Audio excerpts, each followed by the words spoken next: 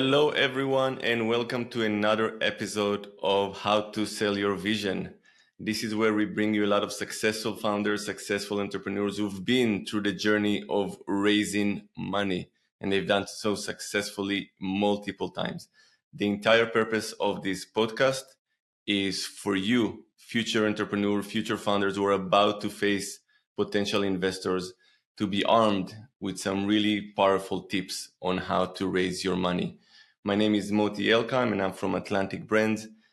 And today I am very happy to host a man who I consider the most interesting man in the world. I don't know if you've seen those Ekis commercial of the most interesting man in the world. I truly have the honor to meet one, and this is Zvi Frank. We actually call him the other way around, Frank Zvi. So I'm going to refer to him as Frank. Please don't be confused in this conversation. Frank is a very successful background as an entrepreneur. Sold his first company, Interwise, to AT&T. Then his second company, Zemingo, to Emet, and now he's the CEO and founder of Copilot.cx. He was a jet fighter pilot in his past, and he is a man that storytelling is rooted into his DNA. I read somewhere after he presented to one of the most prestigious program in Israel, where the host of the program said, you can ask Frank about his experience getting milk from the grocery store, and he will tell you the most fascinating story on the planet. And that is truly Frank. So without further ado, Frank, thank you so much for taking the time to be with us today. My pleasure, Martin. If I knew how exaggerated your introduction is going to be, probably I wouldn't have agreed, but now we're on already.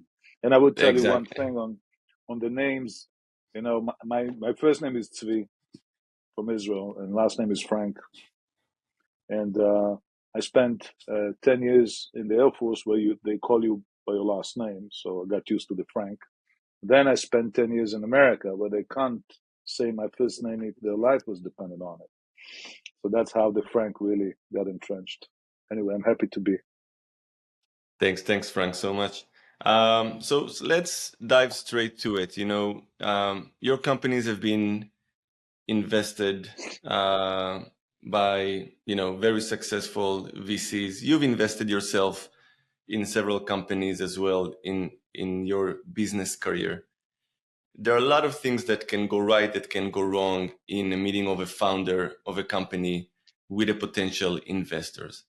From your experience, what is the kind of one thing that can really make or break that connection with a potential investor? Right. Well, obviously, there isn't just one answer to that, but I think it would be worthwhile remembering what are investors looking for. And one important distinction that really came alive for me over the years is that a businessman and an entrepreneur are two different creatures. A businessman is someone who you can give him $100 and he's going to very likely make $200 out of that, and then the 200, 400. That's a good businessman. Entrepreneur is a different animal. Entrepreneur is someone who sees a piece missing in the world and just can't keep his hands off it. It's that hole that, in the fence that calls you. There's something that's beyond. This is why, by the way, you see people that are not children anymore still doing the same thing. I guess I'm a bit of an example of it myself, because when you see an opportunity, when you see that piece in the world that's missing, that urge to fix it or to impact the world in a certain way, kind of to add that missing piece that you see so vividly that's missing, is something that many times is beyond your powers. And this is where it all kind of backtracks into what people are looking for. I think investors are looking for entrepreneurs rather than business people. If you want to run your estate or you run your inheritance or whatever, you probably want to go to a business person, a businessman. Right. If you want to invest money at a high risk, high yield, because there's a piece missing in the world and there's this guy that tells you he can actually fill it and make things happen, you want an entrepreneur. And there is a good reason for that as well. But I guess the mission for you coming to talk to people about raising money is making sure they understand that they're talking to an entrepreneur, not a businessman. It's a very big difference. And we can That's a go into what brilliant. that means. Yeah, I would actually. So you're saying that you're going into the room. The investor need to have a sense that you will almost be maybe obsessed in finding that solution and making those things work. It's not about, getting 3x on your money. It's about knowing that the person in front of them is going to make the whole disappear. That's true. That's very true, and it's a very different task to double your money or to do a 110x or 20x return.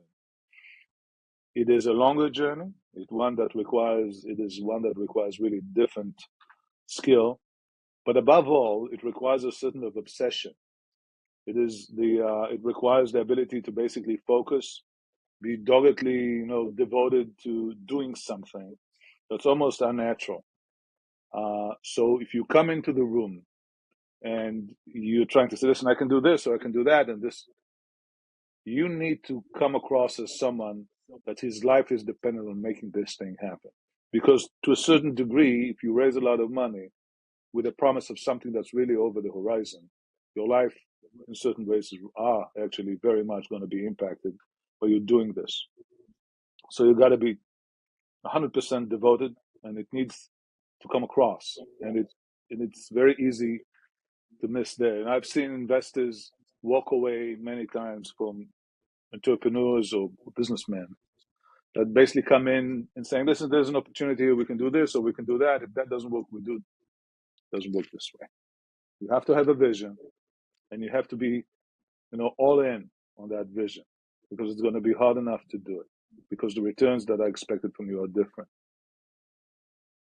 Got it. So investors they almost have, I guess the seasoned investors, they almost have the ability to sniff out the authenticity of the entrepreneur in front of them. And if you think you have an idea, or if you want to get into fundraising just because you want to cash out quickly, you think you have an opportunity to make some more money in the short run, you're probably going to be on the investors' radars very quickly. You're not going to go through. Probably, by the way, there are different investors for that kind of a game. True. So, you probably can find different profile of an investor that, if you persuade him that you can make 50% return in a year or 2 years, is going to give you the money. It's not the same one. Venture capital are looking for something that's fundamentally different. And so this basically needs to come across, and it does, to a certain degree, connect to this whole idea of the way you perceive your idea. I mean, I call it the big idea impact. You got to have, as an entrepreneur, a big idea. And I've been telling it to many people, and people ask me, how do you know that you have a big idea? And the answer is pretty simple. It is totally subjective. It is totally subjective. It's in the eyes of the beholder, and you are the beholder. If you think it's huge, it's good enough. Obviously, you need to persuade some other people that it can make serious money or change the world. But the prerequisite to even entering this game is that you will really be convinced that what you have in mind is big. That conviction leads to your ability to basically persuade other people to get off, the comfort zone, get out of it, and start doing something else.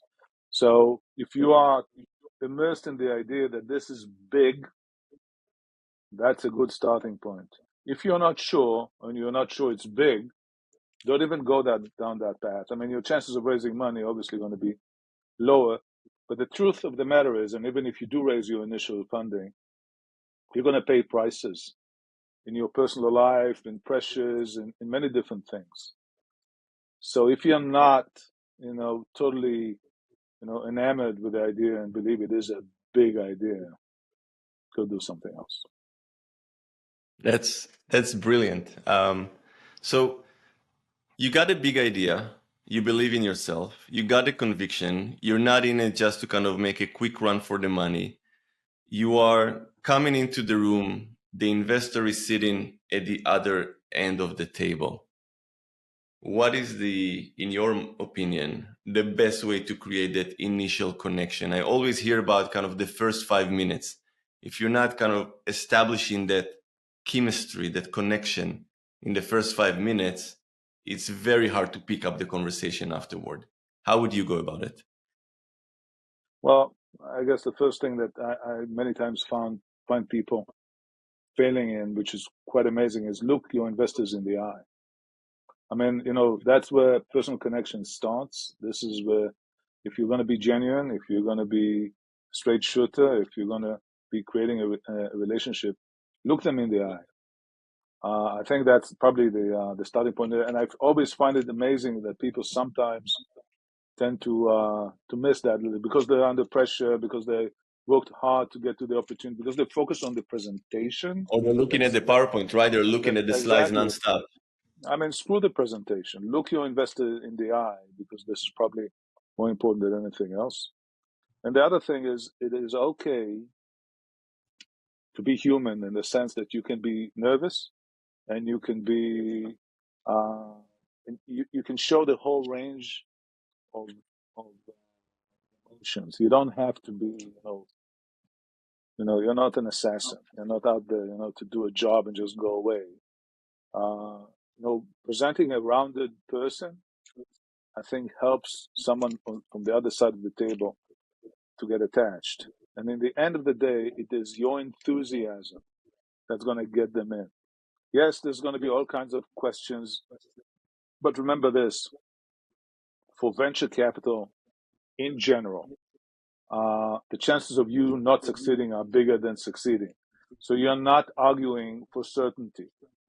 You are arguing for your ability to have a shot at the title.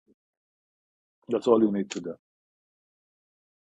To have a shot at the title, to get that second meeting, and after that second Yeah, meeting, to get the third meeting. yeah, yeah. You need to do it one at a time, and then it goes on from here. I mean, the reality of it is, and what I sometimes find comforts people when I tell them that once they internalize the fact that they're going to fail many, many times before they succeed on raising money. So you walk into the room not knowing that this is your one shot, and if you don't do this, it's all over now. This is another meeting in a long series of meetings, in the end of which, if you keep on going and not let go, you will raise money. Now, this is an interesting fact here, because I always tell people, there are ideas that are easier to fund than others. There are people that are easier to be funded than others. But in the end of the day, ideas or companies that are not getting funded are not because there's no investor out there to make the investment. It's because the entrepreneur stopped trying before he met him. Now, this is a harsh saying, but it is being proven again and again in reality. If you keep on going for a week or a month or a year or years, a couple of things would happen. One, you're going to get better. You're just going to get better because you're going to do it so many times. Things will get better. Two, the market's condition are going to change, because if you started 2 years ago pitching this and it didn't work, maybe something changed externally, because the world is dynamic out there. So that's going to change. The investors are going to change, and you're going to demonstrate that dogged, commitment. Because Right. sometimes you're going to meet the same investor 3 years down the road. Say, listen, I'm not going to give up. I'm still, looking for money to make this thing happen. Look at everything that changed over the last 2 years. And then you're back. And he probably going to say no. You go to the next one. Eventually, and again, it's people are many times like to tell the Cinderella stories about someone who has a big idea, walks into the room, he gets $100 million. It happened to Cinderella. You know where she is. I mean, the reality of it is investors that get funded pitch a lot, and Right. they more often than not get the no. And it's okay. You go to the next one. So you gotta have grit. I know that's one of your favorite words, but you gotta have Yeah, grit, and that grit notion is gonna come out of you. absolutely. I mean, this, the whole grid thing is a whole conversation in it for itself. I love the word because it really kind of summarizes something that goes right to the heart of it. And that is your ability to stay focus, to stay on target, and to keep on going. This is actually more scarce than you might think. People do has the tendency to kind of be all over the place. And I would tell you one more thing. Um, I think your ability to be doggedly devoted to something, to be obsessed with it to a certain degree, and it's okay, um, is something that's going to go with you for the next round of funding and for running the company and for growing the company and raising another. Because, in the end of the day, an entrepreneur is doing more of deciding what not to do than what he actually executes. I mean, Mm. you every day you decide on more things that you are not going to do than what you actually do. So you're going to be, because you're so limited in time and resources. The talent is knowing what to neglect and how much. And what you do most of the day is neglect things and focus on the things you should. Now, knowing which is the whole magic here, obviously. But That's you're going to be neglecting a lot of things. Lastly, there is a moment where this thing kind of turns on its head. And that's a very elusive moment. And that usually comes after you see success, because that dogged focus on doing something very specific uh, would serve you well, for the whole running up of, creating a real company and then growing it. But once you are a player, once the company is growing and it's out there, the field of vision would open up.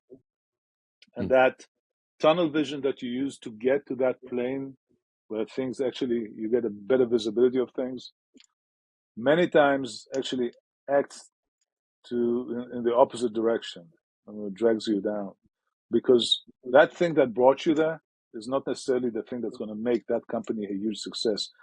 Even even only for the reason that all of a sudden your field of view is now much broader. You see things from there you haven't seen along the way.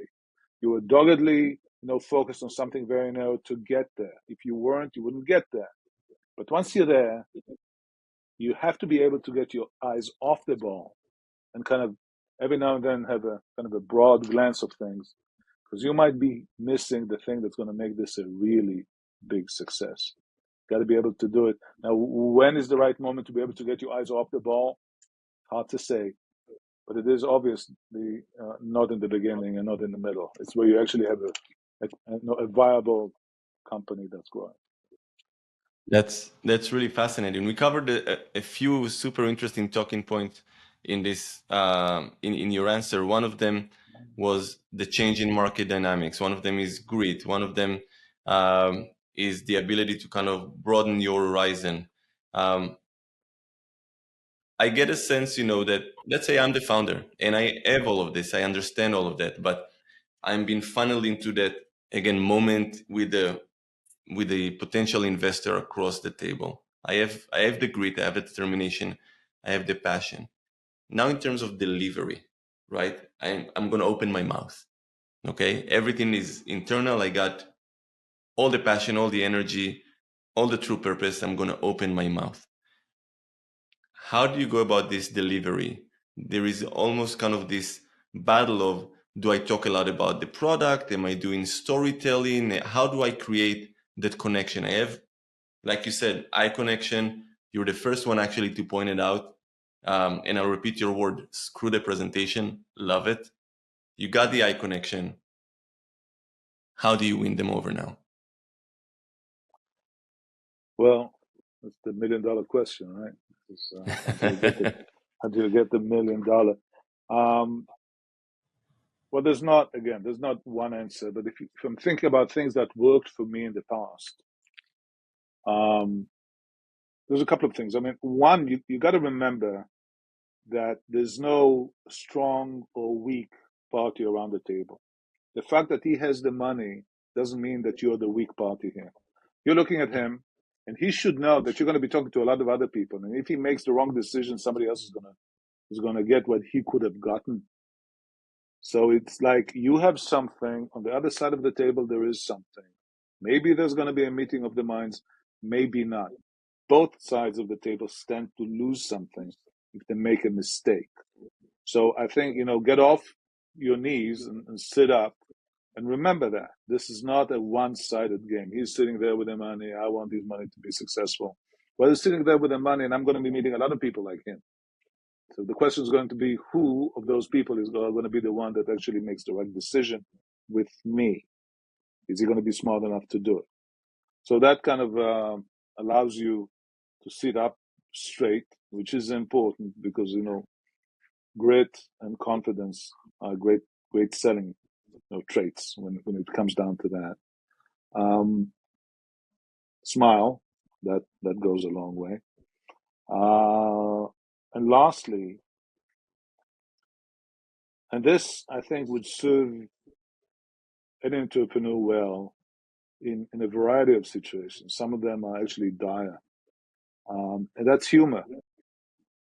I mean, when you run out of everything, tell a joke because it breaks. In the end of the day, people are really moving all through the conversation between what goes into the gut and what goes into the head, what I call the logical path and the emotional path.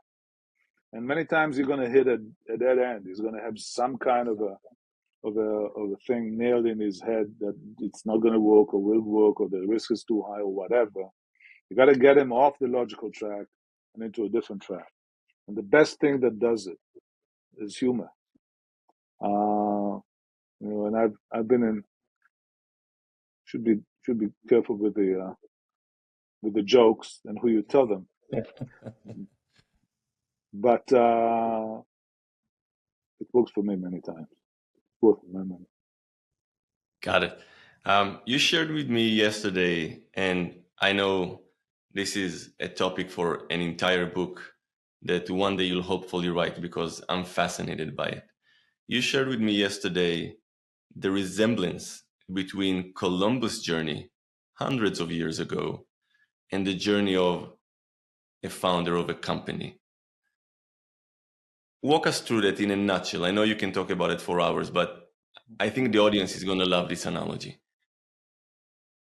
Well, I think the first thing that comes across, and I do a long lecture of this, is that in the end of the day, being an entrepreneur in the 1500s or now is very much the same.